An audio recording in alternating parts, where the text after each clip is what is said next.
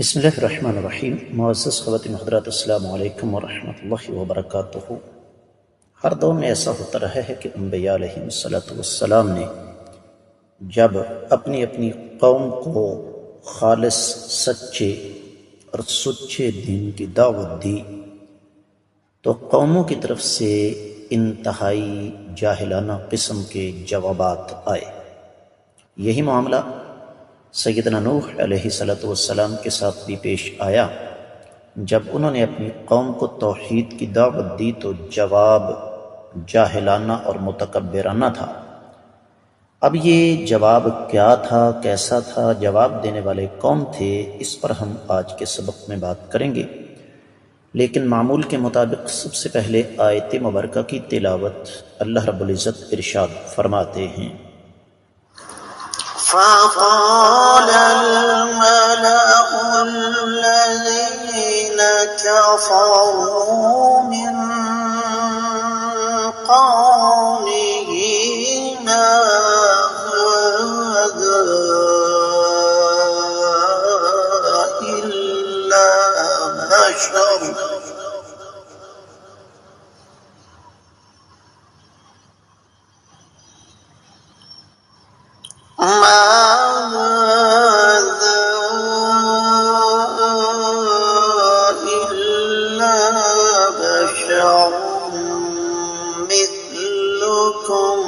يريد أن يتفضل عليكم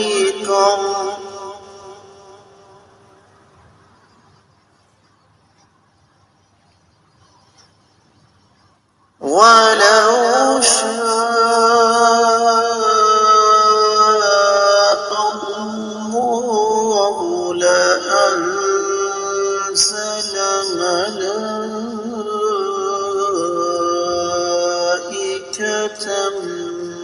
ما سمعنا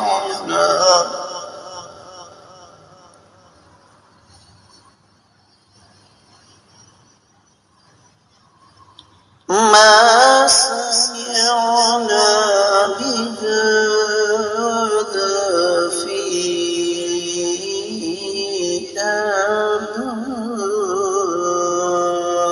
آبائنا الأولين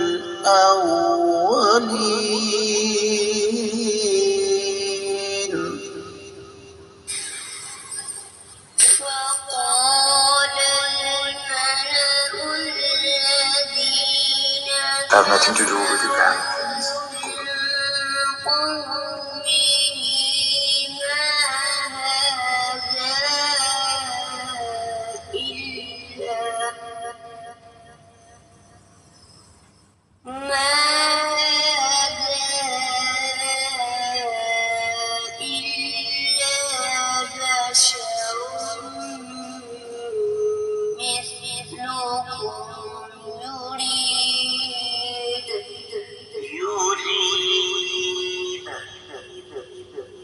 يريد أن يتفضل عليكم ولو شاء الله لأنزل ملائكة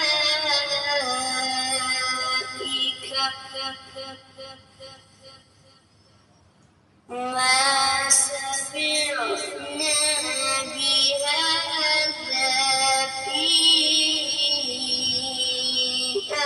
آبائنا الأولين۔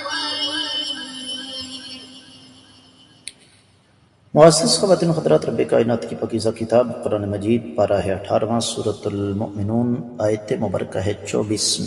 جیسے میں نے عرض کیا، سیدنا نوح علیہ السلام کی دعوت کے جواب میں قوم کا رد عمل کیا تھا؟ رب کائنات فرماتے ہیں، فقال، پس کہا، الملأ، سرداروں نے، الذین، وہ لوگ، کفروا، جنہوں نے کفر کیا، من قومہ، سیدنا نوح علیہ السلام کی قوم سے ما ہاذا یہ نہیں ہے الا مگر بشر انسان مثلکم تم جیسا یریدو یہ چاہتا ہے ان یتفضل کہ تم پر فضیلت اور بڑائی حاصل کر لے علیکم تم پر وَلَوْ شَاءَ اللَّهُ اور اگر اللہ تعالیٰ چاہیں لَأَنزَلَ تو نازل کر دیں ملائکتاً فرشتے ما سمعنا ہم نے نہیں سنا بہذا یہ والی بات فی آبائنا الاولین اپنے پہلے گزرے ہوئے باپ دادا سے۔ با محاورہ ترجمہ سماعت فرمائیے گا۔ سیدنا نوح علیہ السلام کی قوم کے کافر سردار نے کہا کہ یہ تو تم جیسے انسان ہیں، یعنی سیدنا نوح علیہ السلام، اور یہ تم پر فضیلت اور برتری حاصل کرنا چاہتے ہیں۔ اگر اللہ تعالیٰ کو منظور ہوتا تو اللہ تعالیٰ فرشتے نازل فرما دیتے۔ ہم نے تو یہ بات اپنے گزرے ہوئے باپ دادا سے سنی ہی نہیں ہے۔ معزز خواتین و حضرات، ویسے تو ترجمے سے ہی آپ کو اندازہ ہو جانا چاہیے کہ یہ کس قدر جاہلانہ بات تھی، لیکن پھر بھی امام ابن کثیر رحمۃ اللہ علیہ نے اس آیت مبارکہ کی تفسیر بیان فرماتے ہوئے ارشاد فرمایا کہ یہ قوم کے سردار تھے بڑے،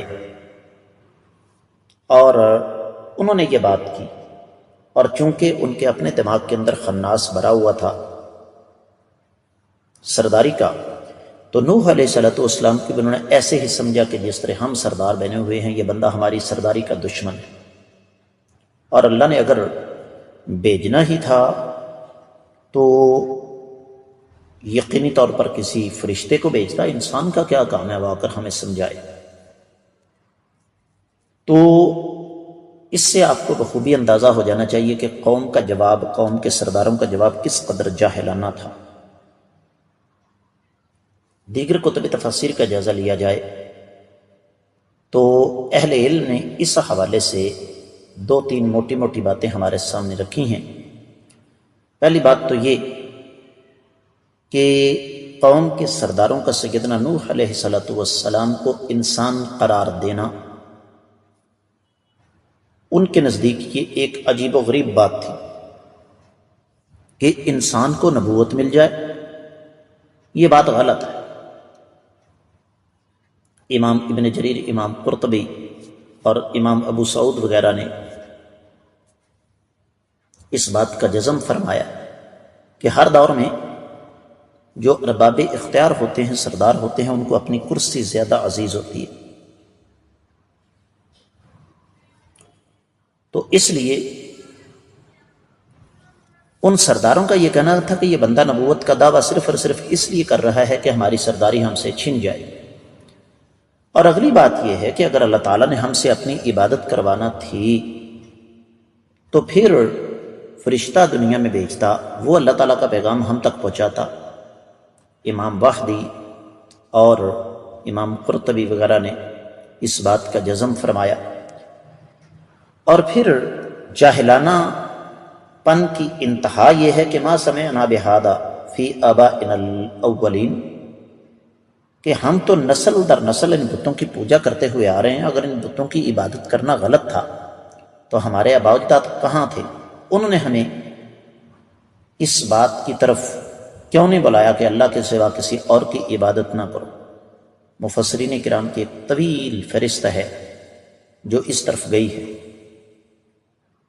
اور یہ بات کوئی نئی نہیں ہے۔ معزز خواتین و حضرات، سورۃ القصص آگے آ رہی ہے، 36ویں آیت مبارکہ۔